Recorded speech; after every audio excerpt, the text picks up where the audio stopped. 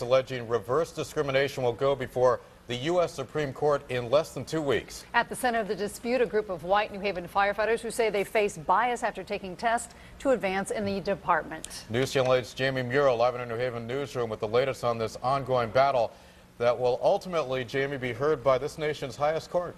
Yeah, Keith, April 22nd actually is the day a case from New Haven takes center stage at the United States Supreme Court. The tough question now, were civil rights violated here, or is this just a case of a flawed test? In less than 2 weeks, the highest court in the land is preparing to hear a case out of New Haven that could have ramifications for civil rights practices across the country. I think the case is also monumental.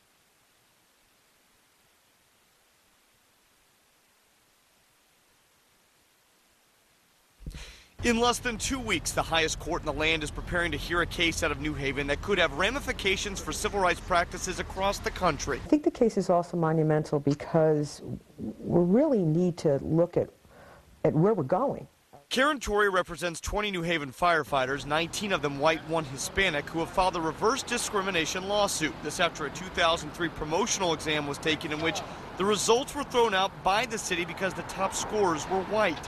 What the city did was turn a race-neutral, race-blind, merit-based promotional process into a race-conscious process by race-coding the candidates and then looking at the results of the competition and the skin color of the successful candidates and making a decision on that basis. And essentially what the city of New Haven did here was make a very measured decision that we had a problematic exam.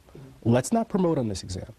But Victor Bolden, the city's acting corporation counsel, says this issue isn't about discrimination. Simply put, the test is flawed. Where the city was clearly faced with litigation if it went ahead and promoted.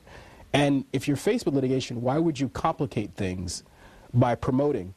This could be a landmark decision, the first of its kind in decades, a ruling that could change the racial dynamics of the workplace. If we've gotten to that point in society where people could be sued on claims of race discrimination without any real evidence that they were really trying to discriminate, then we have a real problem.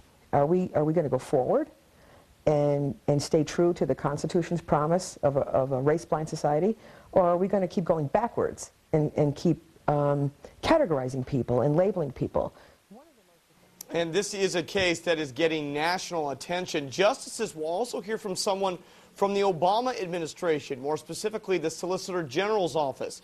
Now, 10,000 petitions are filed with the High Court each year. To show you how important this case is, only about 70 of them are even heard. We're live in the New Haven newsroom tonight. I'm Jamie Muro, News Channel 8.